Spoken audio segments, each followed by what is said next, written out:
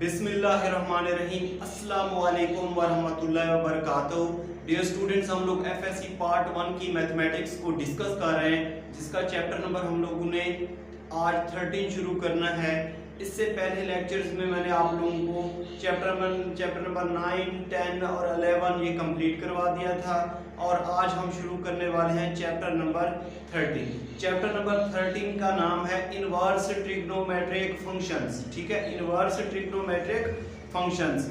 Chapter number 9 और chapter number 10 और chapter number 11 में हम लोग पढ़ चुके हैं ट्रिग्नोमेट्रिक फंक्शन। मतलब अगर आप लोगों ने चैप्टर नंबर 13 करना है तो आप लोगों को चैप्टर नंबर 9, 10 और 11 पे बहुत ज़्यादा ग्रिप होनी चाहिए।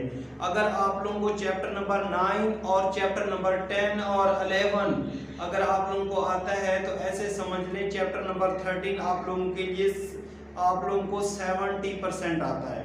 अगर आप लोगों को चैप्टर नंबर 9 और 10 अगर आप लोगों को अच्छी तरीके से आता है, उसके फार्मूले जितने भी उसमें यूज हुए हैं अगर वो आते हैं, तो ऐसे समझ लें कि चैप्टर नंबर 13 आप लोगों को 70% समझ आ गया।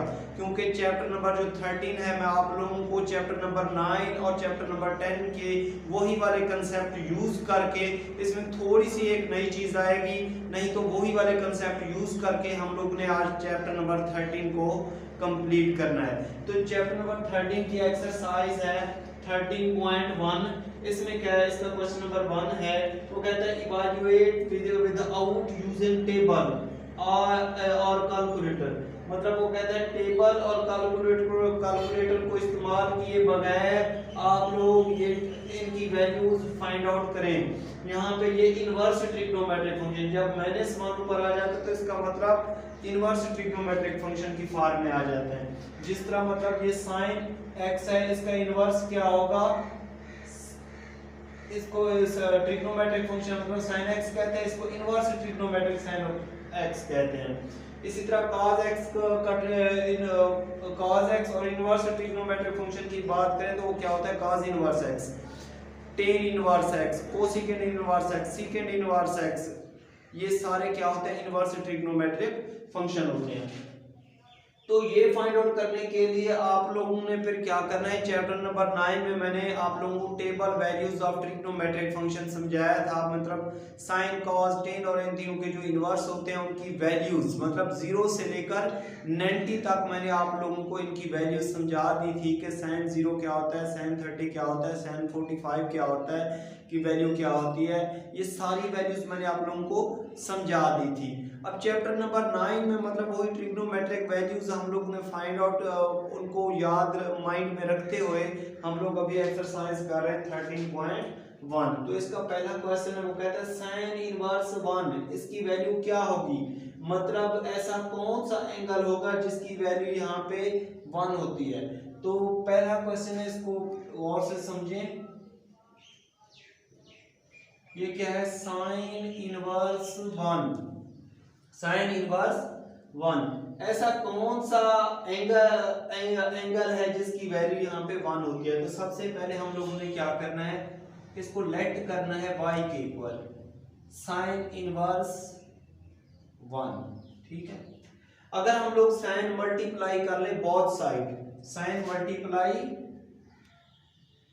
बोथ साइड कर लें तो ये हो जाएगा sine of y is equal to sine और ये मल्टीप्लाइड बाय साइन इनवर्स और ये 1। ठीक है, अब ये और ये आपस में मल्टीप्लाई हो तो ये किसके बराबर हो जाते हैं, 1 के बराबर हो जाते हैं। तो ये हो जाएगा sine of y is equal to, ये सिर्फ 1 रह जाएगा क्योंकि साइन और साइन इनवर्स मल्टीप्लाई करूं तो किसके बराबर हो जाते हैं, 1 के बराबर हो जाते हैं। फॉर एग्जांपल यहाँ पे देख ले, इसकी पावर कितनी होगी, 1 होगी, इसकी पावर कितनी है, -1 है। ठीक है, इन दोनों को हम लोग ऐसे लिख सकते हैं। तो ये हो जाएगा साइन पावर मल्टीप्लाई करते हैं, अगर बेस एक जैसा तो पावर ऐड सब्ट्रैक्ट हो जाती है, 1 - 1। तो ये हो जाएगा साइन की पावर 0, समथिंग की पावर 0 किसके बराबर होती है, 1 के। तो 1 को 1 से मल्टीप्लाई करेंगे, रिजल्ट क्या आएगा हमारे पास, 1। अब यहाँ पे ये y एक किस्म का एंगल है। ठीक है, वो कहता है इस यहाँ पे ऐसा कौन सा एंगल आएगा और साइन की वैल्यू लें और रिजल्ट आना चाहिए 1। तो आप लोगों को पता है, फिर आप लोगों ने चैप्टर नंबर 9 में मैंने table values of trigonometric function समझाए थे कि ये जो वैल्यू है साइन के किस एंगल पे होती है। तो अगर हम लोग y कितना होता है 90 डिग्री, 90 डिग्री को लिख सकते हैं पाई ओवर 2। ये डिग्री फॉर्म में मैंने लिखा, ये रेडियन फॉर्म में मैंने लिखा। तो साइन पाई बाय 2 किसके बराबर होता है 1 के। तो यहाँ पे हमारे पास जो एंगल आया वो कितना आया पाई बाय 2। तो यही इसका क्या है यहाँ पे रिजल्ट है। तो हम लोग ने इसको फाइंड आउट कर लिया। अब इसका कर रहे हैं हम लोग सेकंड पार्ट। यहाँ पे क्या है साइन इनवर्स 1 है, यहाँ पे साइन इनवर्स -1 है। तो अगर पॉजिटिव 90 एंगल लें तो ये मतलब कि किसके बराबर होता है 1 के। यहाँ पे -1 है तो साफ ज़ाहिर हम लोग नेगेटिव 90 एंगल लेंगे तो वो किसके बराबर हो जाएगा -1 के। तो इसका सॉल्यूशन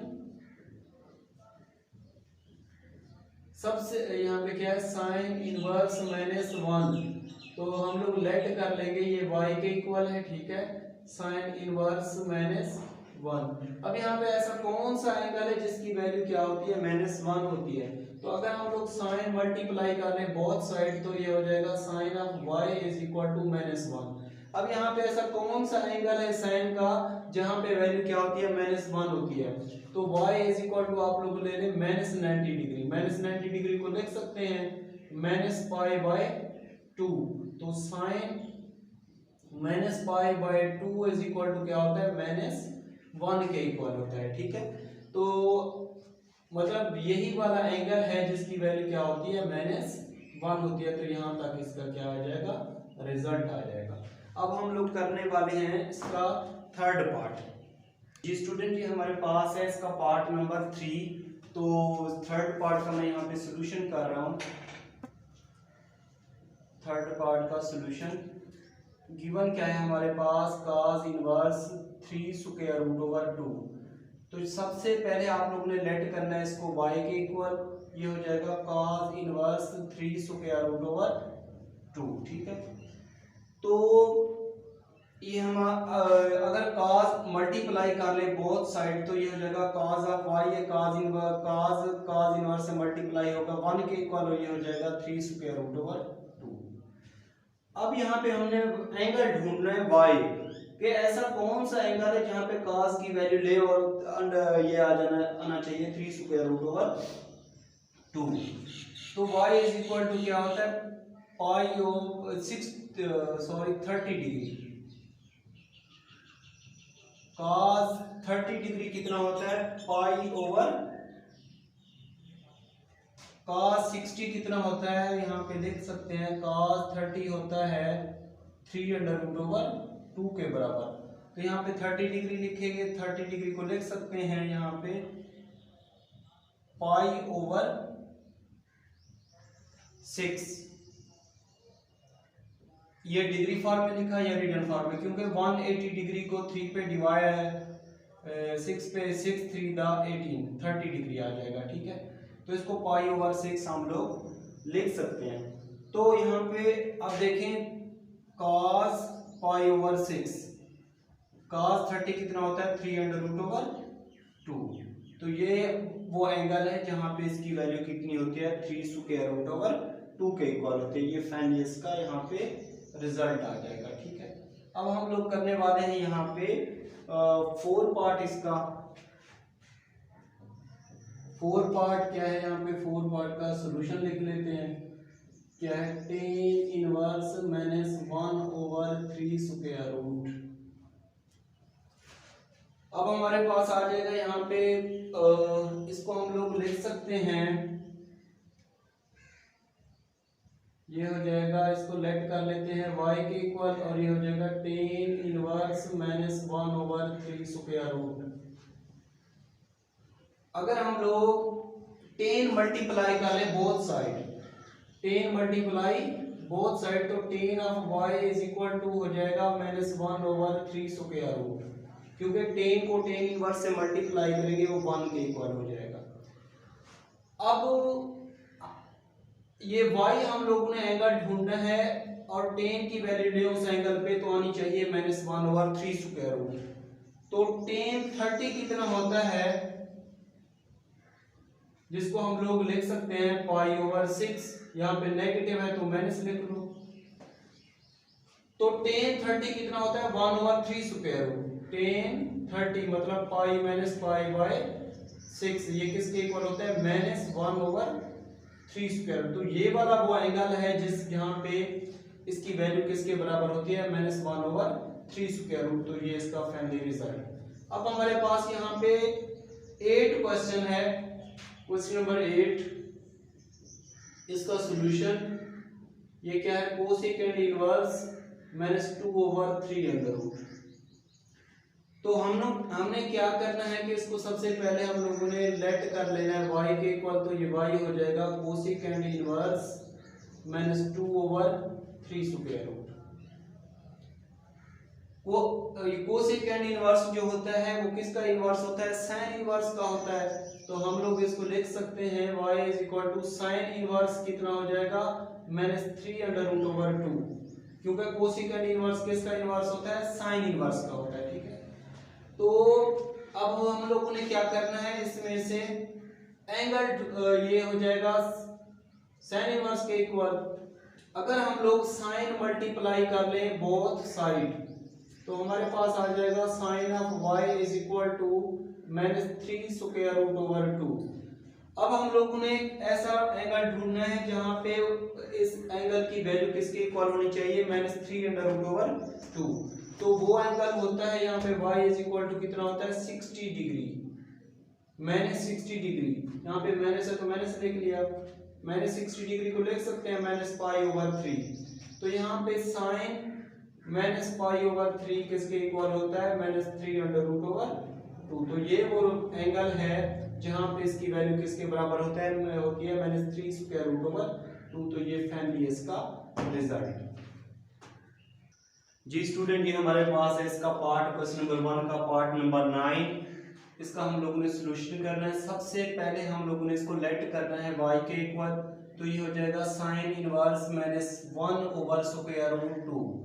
अब हम लोगों ने क्या करना है कि हम लोग ने साइन मल्टीप्लाई कर, अगर यहाँ पे साइन का फंक्शन है तो साइन मल्टीप्लाई करो, टेन का फंक्शन है तो टेन मल्टीप्लाई करो, कॉट के जो ट्रिग्नोमेट्रिक फंक्शन हो वही वाला मल्टीप्लाई कर दिया करो। तो यहाँ पे साइन इनवर्स 1 है तो हम लोग साइन का फंक्शन मल्टीप्लाई करेंगे बोथ साइड्स। तो ये हो जाएगा sine of y = sine multiplied by sine inverse और ये -1/√2। ठीक है, तो ये हो जाएगा साइन ऑफ y, ये मैंने आप लोगों को पहले समझाया हुआ है 1 के इक्वल होता है और ये हो जाएगा -1/√2 और ये हो जाएगा साइन ऑफ y = -1/√2।